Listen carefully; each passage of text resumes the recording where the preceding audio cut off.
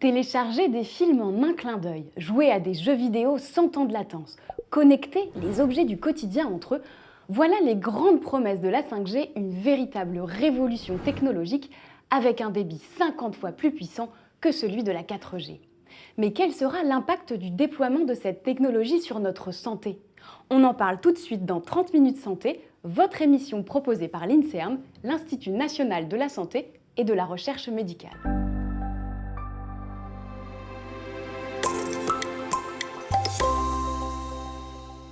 Dans son dernier rapport, l'ANSES, l'Agence nationale de sécurité sanitaire, se veut rassurante sur l'impact de la 5G sur notre santé au vu des connaissances actuelles.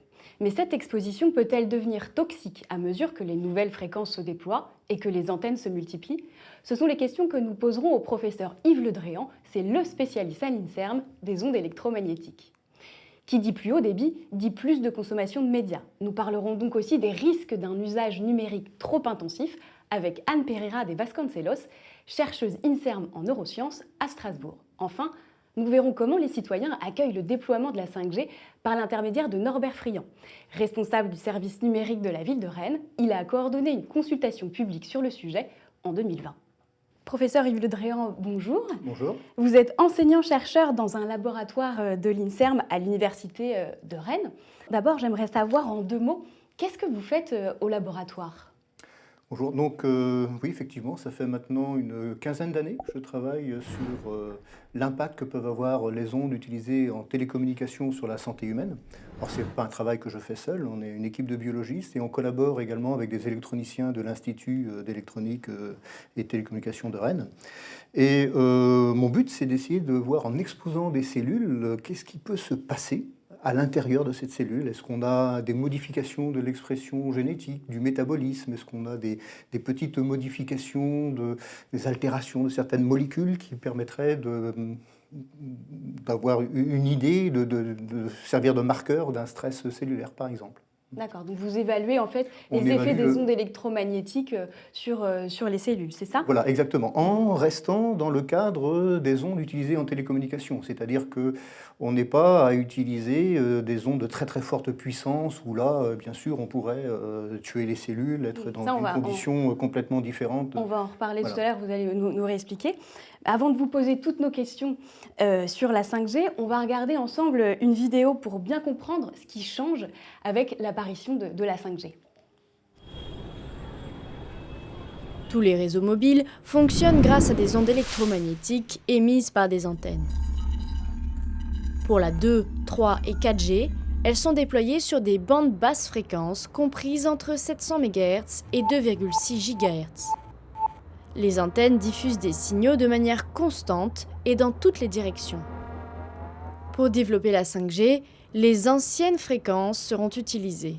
Mais pour augmenter le débit, de nouvelles bandes de plus haute fréquence vont être mises à disposition. Ce sont la bande cœur 3,5 GHz et la bande pionnière 26 GHz, dite millimétrique. Les ondes déployées sur les bandes millimétriques ont une moins grande portée et sont bloquées par les obstacles. Pour garantir un bon débit, de nouvelles antennes intelligentes seront installées pour concentrer le signal en direction des utilisateurs. Un réseau de plus petites antennes sera également déployé dans le mobilier urbain. Est-ce que la 5G va être plus dangereuse pour la santé que la 4G? Là, on a vu qu'il y avait des nouvelles fréquences qui allaient être utilisées. Sans rentrer dans les détails, est-ce que ça va nous exposer à un surrisque par rapport aux ondes de la 4G? Alors, il faut bien voir que les nouvelles fréquences qui vont être utilisées dans le cadre de la 5G sont quand même assez proches de celles qu'on utilise à l'heure actuelle pour la 2G, 3G et 4G. On est vraiment dans la même grande famille des radiofréquences. À cela, bon, quand même, vous avez parlé de la fréquence de 26 GHz. Oui, on y reviendra tout On y à reviendra. l'heure. On est en train de légèrement se décaler vers des fréquences un petit peu plus hautes qui ont des propriétés de pénétration dans le corps qui sont un petit peu différentes. Donc ça va légèrement modifier notre exposition, mais sans changer de paradigme. C'est-à-dire que tout ce qu'on connaît déjà, tout ce qui a été étudié dans le cadre de la 2G, 3G, 4G, pourra s'appliquer dans une très grande partie, une grande majorité à la 5G. D'accord. Mais est-ce qu'on a assez de recul sur toutes ces ondes électromagnétiques, sur leurs effets? Et c'est étudié depuis combien de temps? Alors ça fait maintenant plus de 20 ans que la recherche scientifique indépendante, hein, des universitaires du monde entier travaillent sur le domaine de l'impact que peuvent avoir ces ondes sur la santé. Grosso modo, c'est les années 1990 où tout le monde s'équipe en téléphone et puis c'est à peu près le début de la recherche scientifique indépendante dans ce domaine-là. Donc il y a quand même plus de 20 ans de recul de recherche qui montre que clairement c'est pas un poison violent, quoi. On est sûr et certain que on se met pas en danger immédiatement avec ces ondes-là. C'est impossible qu'on les rate vu le nombre de centaines et des milliers d'études qui ont été faites. Par contre, là, on a toujours des doutes, c'est pour les effets alors j'allais dire long terme, mais je pourrais même rajouter à très très long terme. Oui, vraiment, Voilà, ouais. Et là, on a encore des possibilités de choses qui n'ont pas été explorées. Par exemple, on a le doute sur on en reparlera, je pense, le cancer pour les gros utilisateurs. Donc, c'est des choses qui n'arrivent pas comme ça du jour au lendemain. Il faut un temps très certainement d'exposition important. Et puis, quand on réfléchit, il y a plein de choses encore qu'on n'a pas analysées. Par exemple, on n'a pas eu une génération qui a été exposée du berceau, enfin de la naissance à la mort pendant 80 ans. On ne sait pas si ça peut avoir un impact sur le vieillissement ou sur autre chose. Donc c'est vrai qu'on manque un petit peu de recul, mais on ne peut pas dire qu'on part de rien quand même. D'accord, donc il faudra voir les effets sur le vieillissement, mais voilà, sur les autres choses, mais dans le temps très très long, quoi. Un temps, on va dire, des choses qui mettraient 30 ans, 40 ans à apparaître. Là, on manque de recul, c'est sûr, mais c'est tout. Il y a tout de même quand même des scientifiques qui ont alerté, notamment au moment du début du déploiement de la 5G, sur les dangers des ondes en s'appuyant sur des études qui montraient des risques de cancer, de risques de baisse de la fertilité ou de problèmes de développement cérébral. Et puis il y a aussi l'OMS qui a classé ces ondes électromagnétiques comme des cancérogènes possibles. Selon vous, du coup, ce n'est pas des alertes qu'on doit prendre en compte? Si, on doit les prendre en compte. Il ne faut pas balayer d'un revers de main tout ce qui a été fait. Si ce classement a été fait, c'est sur la base d'études scientifiques. Maintenant, il faut bien voir toute la littérature scientifique dans son ensemble. Vous allez trouver dans tout ce corpus d'articles, des articles qui vont montrer des effets, d'autres qui ne vont pas montrer d'effets. Et c'est même quelque chose, moi, qui m'a vraiment étonné quand j'ai commencé à travailler dans le domaine, parce que je viens d'un domaine un peu plus expression génétique, où quand on refaisait les manips d'un collègue, on retrouvait les mêmes résultats. Dans ce domaine bien particulier du bioélectromagnétisme, ce n'est pas toujours le cas. On a beaucoup d'études qui montrent des effets, on a essayé de les répliquer, on n'arrive pas à retrouver les mêmes effets, ce qui fait qu'on a toujours ce petit doute. C'est pour ça qu'on dit qu'il n'y a rien d'avéré à l'heure actuelle. Donc on est assez, confiant par rapport à l'impact que ça peut avoir par rapport à la santé publique, au vu du fait qu'on n'arrive pas à avoir des choses bien reproductibles. Maintenant, le fait qu'il y ait des petites choses qui laissent penser que ok, attention, il y a peut-être un petit quelque chose, on maintient le doute, donc ça veut dire qu'il faut quand même rester dans un état d'alerte pour essayer de voir comment les choses évoluent. Il faut continuer à faire de la recherche pour essayer de comprendre, c'est d'ailleurs pour ça que je fais cette recherche, pour essayer de comprendre les mécanismes qui pourraient se passer dans les interactions ondes matière vivante et voir si ça peut amener des pathologies dans le futur. Les ondes, là, vous disiez que ça n'avait pas vraiment d'effet. Ça n'a vraiment aucun effet sur notre corps, les ondes électromagnétiques de basse fréquence, de 4G, 5G? Alors, 4G, 5G, c'est pas basse fréquence, on est dans les radiofréquences, oui. D'accord. Alors, on ne peut pas dire qu'il n'y a pas d'effet. D'abord, il y a l'effet thermique. Donc, si on monte en puissance, vous allez avoir l'effet un peu four micro-ondes. Mais là, on a une réglementation qui nous protège de ces effets thermiques. Donc, dans les cadres d'utilisation en télécommunication, on est sûr de ne pas avoir ces effets thermiques. La grande question que se posent les scientifiques, c'est y a-t-il d'autres effets que les effets thermiques? Et c'est là qu'on a toute la polémique parce que, ce que je vous ai dit, on n'a pas une reproductibilité des résultats. Néanmoins, on ne peut pas dire qu'il ne se passe rien. Parce qu'on a quand même des études qui montrent qu'il y a des petits frémissements, il y a des petites choses. Mais les ampleurs sont très très faibles. C'est-à-dire ce qu'on observe là, c'est presque de l'ordre du bruit de fond, c'est pas une révolution qui se passe au niveau de l'organisme, au niveau des cellules. Et ce qu'on ne sait pas, c'est ces petites choses que l'on voit, ce frémissement, c'est ce que j'appelle ça, un petit frémissement souvent, est-ce que ça peut amener des pathologies? C'est pas parce qu'on a un effet biologique qu'on va avoir directement derrière des problèmes de santé. L'exemple que je donne souvent, c'est si vous vous mettez à courir, vous allez vous mettre à transpirer, à halter, c'est une réponse biologique à un changement de situation, mais ça ne met pas votre santé en danger.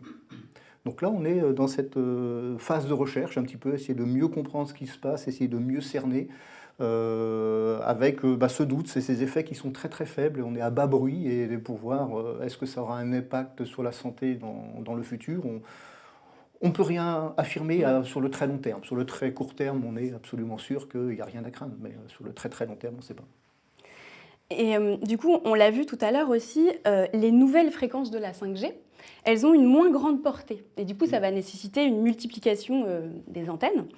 Est-ce qu'on ne risque pas, avec tout le cumul de ces antennes, de dépasser le seuil d'exposition maximum toléré? Vous disiez qu'il y avait des seuils. Est-ce qu'on ne risque pas de dépasser ce seuil-là? Ce n'est pas tellement le nombre d'antennes qui est important, c'est la puissance que peuvent avoir ces antennes et à ce à quoi vous êtes exposé. Personnellement, je pense qu'il est préférable d'avoir beaucoup d'antennes qui émettent à des puissances très faibles plutôt qu'avoir une seule antenne qui émet très très fort pour arroser. Parce que les personnes qui vont vivre près de ces antennes, ils vont en recevoir une pleine dose en fait, d'énergie électromagnétique. Donc vaut mieux, cette multiplication d'antennes, elle n'est pas trop inquiétante à partir du moment où elles sont de faible énergie. Maintenant, c'est vrai que la situation va évoluer avec la 5G. Qu'est-ce qu'il en sera exactement? On ne sait pas, avec ces antennes qui pourront être directionnelles. Donc très certainement que l'utilisateur va être un petit peu plus exposé que ce qu'on a actuellement avec la 4G, mais le non-utilisateur sera peut-être un petit peu moins. Donc là, il faudra faire des moyennes, il faudra regarder. Est-ce que cet empilement d'antennes ou de systèmes de télécommunication va finir par amener quelque chose, une exposition qui se rapproche de la limite autorisée par la loi? Pour l'instant, on a de la marge. On est vraiment en termes d'exposition à 3 à 10% maximum de ce qui est autorisé, donc on a encore de la marge. Tant qu'on reste dans cette marge-là inférieure à 10%, moi je ne suis pas du tout inquiet. Mon discours pourrait changer si jamais on s'approche des 100% dans un futur, peut-être dans 20 ans ou 30 ans, je ne sais pas comment ça va évoluer. Si on s'approche des 100%, si là, on se rapproche des 100%, ouais. Puisque moi, en laboratoire, c'est là que je commence à avoir mes petits frémissements, quand je commence à me rapprocher un petit peu des normes. Tant que je suis vraiment bien en dessous, c'est comme si mon générateur était éteint. C'est pour ça que mon discours, à l'heure actuelle, il est assez rassurant par rapport à ces ondes. D'accord, donc on est loin de ces seuils et on le restera encore pour pas mal d'années, je pense. Ouais. D'accord. Qu'est-ce que vous pensez quand même du fait de développer une technologie, la 5G, et puis ensuite de surveiller ses effets sur la population, contrairement à ce qu'on fait par exemple pour les médicaments? Alors je pense que les médicaments, c'est l'exception justement, et que pour tout le reste, c'est comme ça que l'on fait. On regarde la toxicité aiguë à forte dose, mais que ce soit pour les aliments, que ce soit pour... Voilà, j'ai certainement des colorants dans ma chemise, et je suis sûr que les molécules chimiques n'ont pas été testées. Enfin, c'est vrai pour tout un tas de choses autour de nous, c'est comme ça que ça fonctionne. Et puis, si on voulait vraiment avoir une sécurité totale, ça voudrait dire faire des études sur du très long terme, des expositions chroniques sur plusieurs dizaines d'années. Et donc, chaque innovation, il faudrait attendre peut-être 80 ans avant de pouvoir la sortir. Et puis, on n'aura jamais, de toute façon, à coup sûr, démontré l'innocuité, parce qu'il y a tellement de possibilités. Oui, vous avez démontré ça, ce facteur tout seul, mais est-ce qu'associé avec tel autre facteur, il n'est pas dangereux? Enfin, on rentre dans on ouvre une boîte de Pandore qui fait que le principe de précaution pourrait devenir un principe de non-action. Et là, dans la société dans laquelle on est très compétitive, ça deviendra très compliqué. Merci beaucoup, professeur Le Dréan, pour toutes ces précisions. On va maintenant parler d'une autre question soulevée par l'arrivée de la 5G, c'est le risque de surconsommation numérique. Et pour ça, je vais rejoindre Anne Pereira de Vasconcelos, chercheuse INSERM en neurosciences.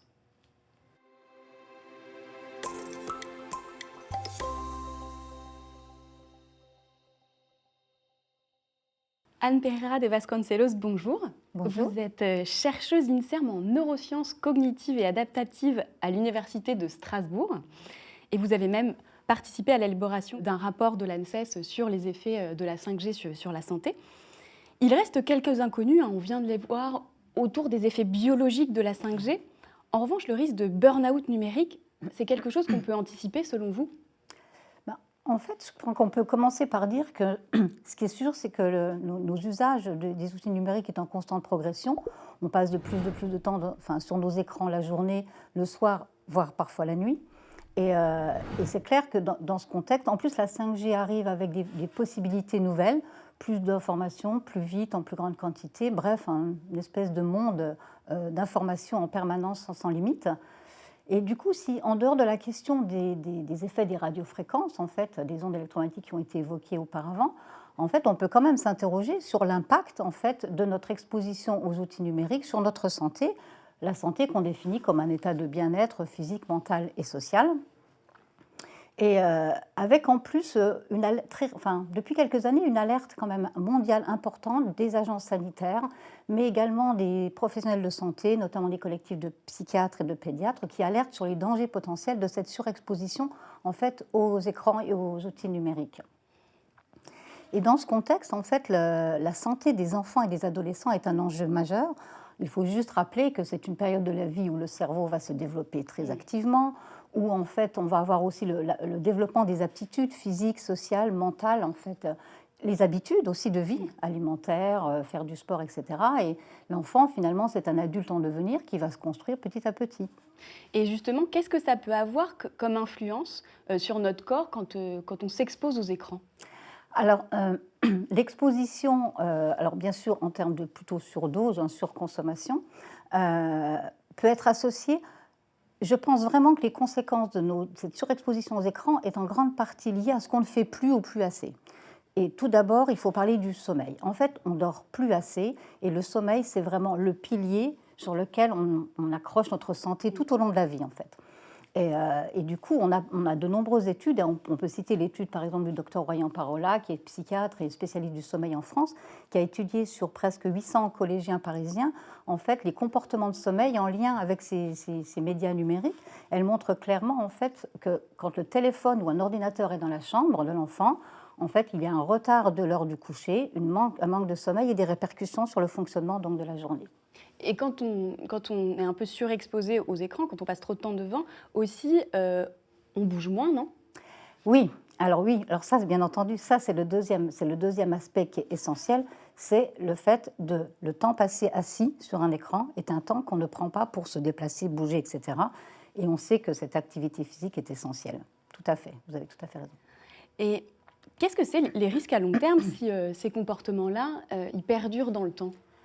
Alors aujourd'hui, ce qui est sûr et clairement déterminé, c'est que la sédentarité, de quelque origine qu'elle soit, et le manque, la privation finalement chronique partielle de sommeil sont en fait des facteurs de risque énormes pour un certain nombre de maladies, notamment les maladies métaboliques comme le diabète, les maladies cardiovasculaires, mais aussi le surpoids, l'obésité, et puis bien entendu aussi la santé mentale. Pas oublier, comme la dépression, l'anxiété, etc., le bien-être, tout ça peuvent être affectés par ces deux composants. Donc oui.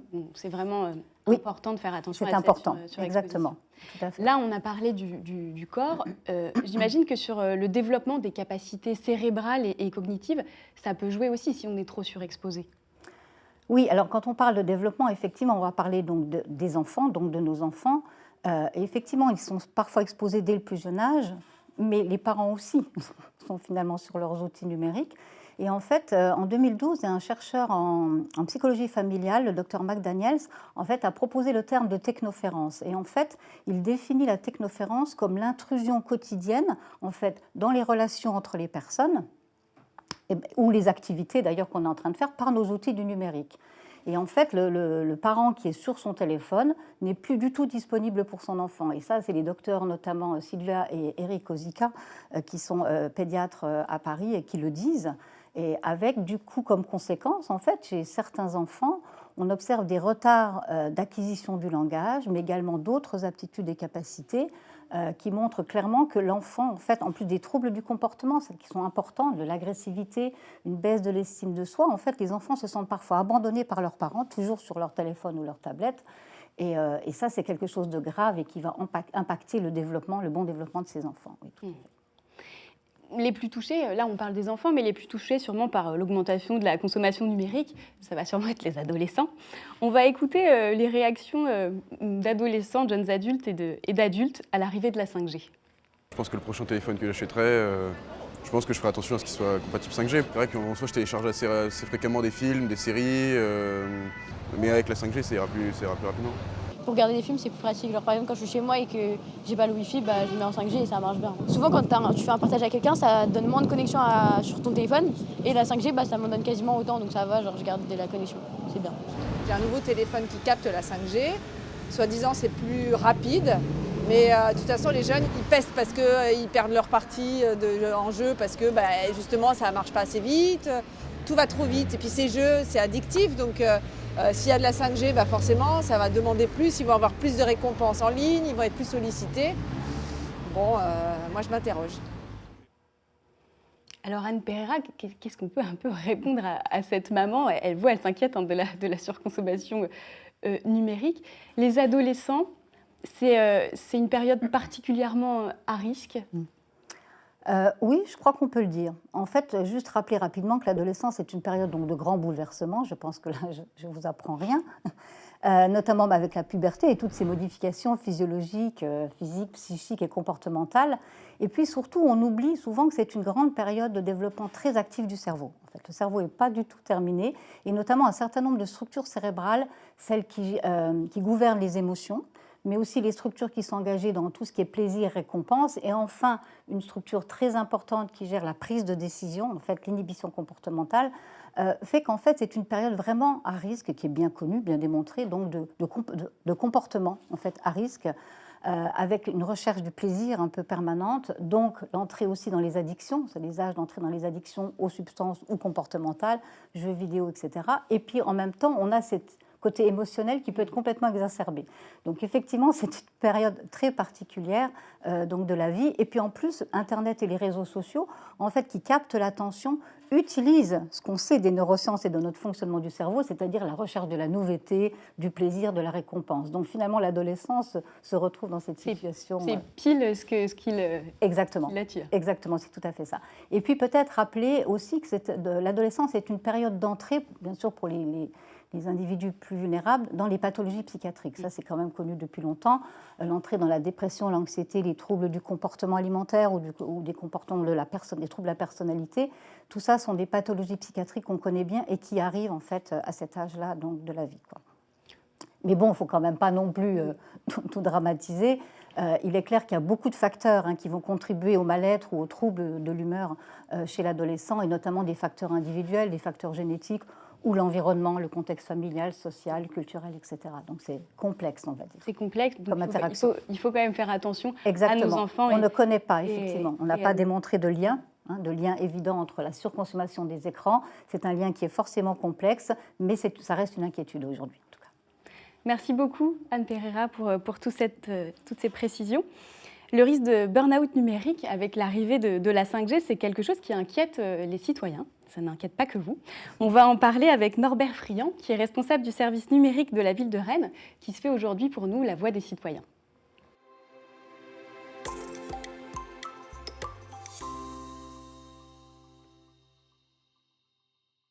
Norbert Friand, bonjour. Bonjour. Je rappelle que vous êtes responsable du service numérique de la métropole de Rennes. En fait, à Rennes, à l'annonce du développement massif de la 5G en 2020, il y a eu un mouvement de protestation des habitants. Et donc, la ville a lancé une consultation publique que vous avez coordonnée. Il y a des citoyens élus et non élus qui se sont réunis régulièrement. Ils ont rencontré des experts dont Yves Le Drian faisait partie d'ailleurs. Et puis, ils ont débattu et ils ont proposé des solutions afin d'accompagner le déploiement de la 5G. Est-ce que beaucoup de citoyens ont participé et ça a été quoi leur sentiment ? Oui, donc à Rennes et nationalement, on peut dire, il y a eu une réaction en fait en septembre 2020. C'est la période où l'autorité de régulation a attribué la fréquence aux opérateurs. Et des collectifs citoyens, des habitants se sont sentis dessaisis peut-être de ce sujet. Ça leur arrivait sans qu'il y ait une prise de position possible. Ils avaient l'impression de ne pas être entendus. C'est en même temps l'arrivée aussi d'une nouvelle équipe municipale qui a permis de lancer en fait des démarches vers les citoyens et avec les citoyens pour des débats citoyens. Et donc, c'était un des premiers débats qui a pu être organisé. Et dans ce premier débat, il y avait 40 participants, des citoyens tirés au sort et quelques élus également qui ont participé à ce débat. Et c'était quoi leur sentiment? Ils se sont sentis utiles? Ils ont eu l'impression de faire quelque chose d'important? En tout cas, ils ont été très investis. On n'en a pas ou peu perdu en route. En fait, des premières séances jusqu'aux dernières séances, parce que ça a duré quelques mois quand même. Et il faut le préciser, ça a été réalisé pendant une partie de la période de confinement. Donc ça a été réalisé notamment en visioconférence. Et donc c'était un autre challenge aussi de réussir à capter l'attention, l'engagement en fait des citoyens. Au final, ils se sont engagés, ils ont formulé des propositions. Donc c'est que c'est possible de faire participer les citoyens sur un sujet quand même aussi technique que la 5G. Mais du coup, c'est vrai que la 5G, on sait que ça va se déployer. Est-ce qu'il n'y a pas eu, à un moment donné, une espèce d'impuissance de la part des citoyens au moment de cette consultation? En effet, c'est un facteur clé à chaque fois, lorsqu'on organise un débat, la question des marges de manœuvre. Est-ce que c'est joué d'avance? Ou est-ce qu'on va pouvoir justement avoir un effet levier? Et ça a été notamment, on a fait rencontrer plusieurs experts, il y a eu une douzaine de séances à peu près, des experts justement pas neutres, et c'était aux citoyens de se forger un avis. À partir de ces avis, on a pu décliner des grands enjeux, et un des enjeux, c'était notamment de pouvoir intervenir, que la capacité du citoyen, la capacité des territoires à intervenir. En effet, là, ça a été déterminant de trouver des pistes d'intervention avec les citoyens. Et je crois qu'on était vraiment dans l'innovation publique, là. Je crois qu'on a ouvert des pistes pour aller plus loin et aller chercher justement des nouvelles formes de co-construction avec les acteurs industriels qui déploient la 5G, avec les opérateurs. Et donc là, les citoyens ont eu cette récompense déjà durant cette participation. Et c'était quoi les préoccupations majeures des citoyens en termes de santé? Eh bien, en termes de santé, donc déjà, le panel de citoyens, on a cherché à avoir le plus représentatif. Donc, on n'avait pas des citoyens experts, des citoyens utilisateurs, certainement moins utilisateurs des technologies numériques.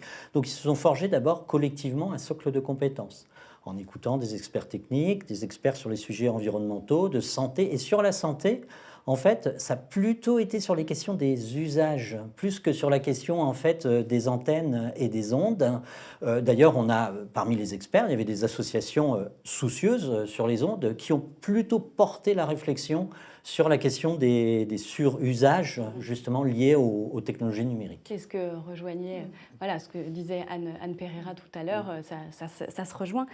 Et du coup, quelles sont les solutions que les Rennais ont imaginées lors de cette consultation publique pour garantir leur santé? En tout cas, ils ont été créatifs.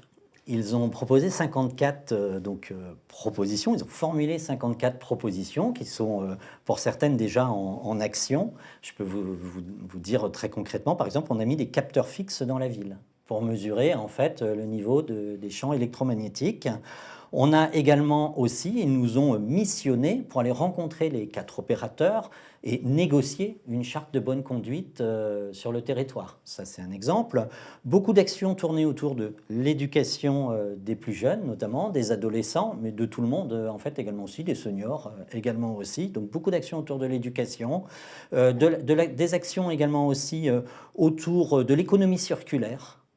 C'est lié aussi à l'environnement et justement nos équipements qui deviennent des polluants finalement dans la nature et de travailler là-dessus localement notamment pour pouvoir recycler les téléphones mobiles par exemple. Et au niveau santé, du coup, c'est vraiment de faire une éducation au numérique, c'est ça? Oui, on peut parler de diététique ou d'hygiène du numérique en quelque sorte. On produit ce brouillard électromagnétique nous-mêmes en quelque sorte. Il vient certes de l'antenne également aussi qui nous connecte, mais c'est lors de nos usages, c'est ce qu'on a compris durant les présentations, que l'on amplifie ou pas ce champ électromagnétique dans lequel on baigne. Donc forcément, un peu comme la diététique, un peu comme l'hygiène, comme le temps de sommeil qui a été évoqué, eh bien, il est nécessaire aussi d'éduquer. Et donc, nous, Ville de Rennes, on va prendre notre part également aussi. On a des ateliers qui sont organisés dans les maisons de quartier, par exemple, qui vont s'organiser autour des pratiques du numérique, autour du numérique en dehors des écrans également aussi. Et ça, je crois qu'on va pouvoir le faire collectivement avec différents acteurs sur le territoire. C'est vraiment un projet de territoire, en fait, maintenant. Et vous, Anne Pereira, est-ce qu'il y a d'autres précautions justement pour faire attention à cette surexposition numérique, pour ne pas avoir trop d'effets délétères? Qu'est-ce que vous en pensez? Ça a été un petit peu évoqué, et dans ce que j'ai dit, on voit assez vite qu'une des priorités pour moi, c'est retrouver une hygiène de sommeil et de lumière. J'ai pas parlé de la lumière, mais la lumière bleue des écrans pose un vrai problème sur notre sommeil, puisque là, cette lumière bleue empêche notamment la fabrication de l'hormone qui nous fait dormir, donc c'est un vrai problème. Donc hygiène de sommeil, hygiène de lumière, ça paraît essentiel, surtout pour les enfants et les adolescents. J'en ai peut-être beaucoup parlé, parce que l'enjeu, il est énorme. Leur santé, leur bien-être et leur développement va dépendre justement de ces facteurs-là, quoi. Et puis ce que vous disiez, une éducation, quoi. Il faut les accompagner, il faut éduquer et donner le bon exemple. Parce que je pense qu'en tant qu'adulte, voire parent, on n'est peut-être pas toujours exemplaire. Merci beaucoup d'avoir répondu à ces questions. Mais j'ai une question par rapport, là on a parlé de Rennes, et j'aimerais qu'on parle un petit peu au niveau national, au niveau européen. Comment on va surveiller la population, l'exposition aux ondes de la population en fait? La surveillance, déjà, par exemple en France, on a l'Agence nationale des fréquences qui peut faire des mesures régulièrement, ou si quelqu'un se pose des questions par rapport à son exposition, il peut demander à ce que des mesures soient faites. Donc on a même aussi, je l'ai indiqué, des banques de données ouvertes où on peut voir les résultats de ces mesures, hein, et donc on peut avoir une idée assez bonne en France du niveau d'exposition que l'on a, alors classiquement avec les antennes en fait, hein, parce que son exposition va changer aussi avec le matériel que l'on va utiliser. Je vous parlais tout à l'heure du téléphone, etc. Donc c'est assez difficile d'avoir une vision globale, individuelle de sa propre exposition, si ce n'est porté un dosimètre portatif, mais pour le rayonnement lié aux antennes, il y a quand même beaucoup de données à l'heure actuelle. Ouais. Et vous, Yves Le Dréan, il y a une précaution qu'on peut prendre quand on utilise notre téléphone portable pour se protéger de la 5G? Alors, quand on regarde les études scientifiques, le seul doute que l'on ait réellement, c'est par rapport à cet effet cancérogène, alors qu'il n'est pas pour tout le monde, il est vraiment pour les gros utilisateurs. C'est là où, d'un point de vue statistique, on trouve un sur-risque d'avoir un cancer du cerveau. Alors, gros utilisateurs, c'est des personnes qui téléphonent à peu près 20-30 minutes par jour sur une période de 10 ans. Et là, on commence à rentrer dans cette catégorie de gens qui ont un sur-risque d'avoir un cancer du cerveau. On ne sait pas s'il y a une relation de cause à effet, mais toujours est-il que ces études montrent ça. Donc si vous êtes un gros utilisateur, moi ce que je conseille, c'est utiliser un kit main libre, soit Bluetooth, soit filaire, de façon à éloigner le téléphone, parce que c'est le téléphone qui va vous exposer le plus. C'est vraiment cet appareil-là qui est conçu pour pouvoir se connecter à une antenne, donc il y a quand même une certaine puissance pour pouvoir se connecter à l'antenne, et puis on le met à proximité, et la puissance électromagnétique que l'on reçoit dépend de la distance. Donc dès que vous avez un appareil qui émet, qui est une source de radiofréquence, et que vous le mettez à proximité de vous, vous allez recevoir une exposition très forte. Donc il faut les éloigner, ces appareils, le plus possible.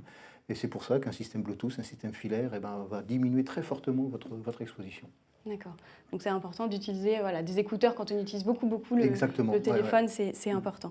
À Rennes aussi, je crois que vous avez mis en place dans les écoles des choses pour éduquer justement les enfants au numérique aussi. Oui, déjà on a fait une campagne de mesures dans les écoles de Rennes en fait, là, ces derniers mois. Les mesures sont publiées sur une cartographie, donc ce sont des données ouvertes et accessibles à tous. On a aussi une charte de bonne conduite par rapport avec les opérateurs, pour ne pas installer des antennes à proximité des lieux où sont des enfants ou des personnes en situation... voilà. Et en fait, oui, cette campagne d'éducation, elle passe aussi par des relais, des intermédiaires, des associations, des animations de quartier. Je crois que tout le monde doit prendre justement part pour que ça devienne en fait culturellement aussi un mouvement global en fait dans la cité, dans la ville. Et on va aussi poursuivre des études sur justement la surexposition numérique. Ça va exister aussi. En fait, il y a déjà beaucoup d'études, mais effectivement, je pense qu'en fait, il faut qu'on affine probablement la recherche de ces grandes études sur des grandes populations. On a énormément d'études, mais parfois sur des populations un peu restreintes. Et surtout, ce qui manque, ce sont des études, comme tu as dit, longitudinales, c'est-à-dire dans le temps. Parce qu'en fait, le lien de cause à effet, on ne peut pas le faire. On fait des associations, donc on se dit que c'est peut-être. Donc il faut comprendre mieux le lien entre la surconsommation donc des écrans ou des outils numériques et d'autres facteurs aussi de risque qui vont impacter sur la santé, les conséquences générales sur la santé des enfants, des ados, mais également aussi bien sûr des adultes. Voilà. Merci à tous pour vos réponses précises sur ce sujet qui est complexe, parfois polémique et dont on ne connaît pas encore tous les ressorts. La 5G est intimement liée au progrès visé par notre société. Dans les mois à venir, elle va continuer à se développer sur le territoire, offrant de nouvelles perspectives dans la santé, l'industrie ou l'agriculture.